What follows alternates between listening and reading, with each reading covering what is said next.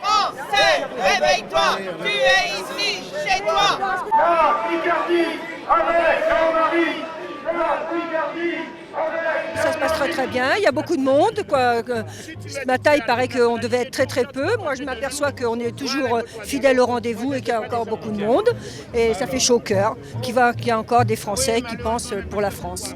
La France, c'est le seul pays du monde où on ne tolère pas que des gens aiment leur pays. Le Mexique aux Mexicains, la Chine aux Chinois, ça choque personne. Et la France aux Français, ça apparaît comme un truc de nazi. Nous sommes des patriotes et nous voulons rester patriotes dans notre pays. Tout le monde a droit aussi de vivre tant qu'on soit correct et qu'il y a certaines racailles qu'il faudrait éliminer. Voilà, c'est tout. Vous avez des millions de Français qui sont au chômage. On fait rentrer des millions d'étrangers. Vous avez peur des étrangers? Non, pas à mon âge. Mais pour mes enfants, oui. Sarkozy, il vaut rien, tout ça. Ouais. Ramayal, c'est tous les sans-papiers, il faut les renvoyer chez eux.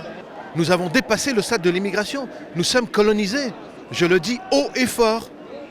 Et ça pose un problème. Nous ne sommes pas racistes, nous ne sommes pas antisémites. Mais trop, c'est trop. Si on insulte une personne de couleur, on fait du racisme. Mais nous, quand on est obligé de quitter son appartement parce qu'on vit du racisme, eh ben c'est pas reconnu. Et moi, je voudrais que ça soit reconnu qu'on vit du racisme. Voilà. Moi, ça fait 4 siècles que je suis français, j'en suis fier. Je ne suis pas comme celui qui arrive avec un papier et qui demande l'asile politique ou qui demande à devenir français. Moi, c'est la France qui m'a enlevé de l'esclavage. Mais c'est une honte pour la France quand je vois un fils d'émigrant gouverner ce pays-là. Il n'a même pas épousé une Française, il va épouser une femme étrangère. Hein? Non mais écoutez, arrêtez! On nous présente toujours, nous, les nationalistes, comme des racistes. Eh bien, ce noir, je suis prêt à l'embrasser. Vous pensez quoi qu'il ait ressorti encore cette phrase sur la chambre à gaz qui pue? Je vais vous le dire ce que j'en pense. Pour moi, il a raison, c'est un détail. Alors moi, je viens parce que moi, je m'appelle Cohen, C-O-H-E-N.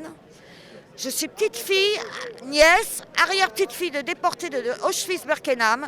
Et je me sens humiliée, même très concernée par ce qu'a dit M. Le Pen dans le journal breton, que ce n'était qu'un détail. Parce que pour moi, c'est pas qu'un détail, ma famille morte. Mais je voudrais bien interpeller Le Pen, moi. Parce que je veux dire que c'est lui le détail. Le pauvre président, il a le droit de ramasser tout sur lui. Et c'est lui qui est condamné. Qu'est-ce que vous voulez faire? Du moment qu'on condamne, ça fait plaisir. Le MRAP, il touche des sous, la LICRA touche des sous. Et ben, du moment, ils n'en demandent pas plus. Je vais vous donner un scoop. Un homme comme Jean-Marie Le Pen, eh ben, la France nous en donne un tous les 1000 ans.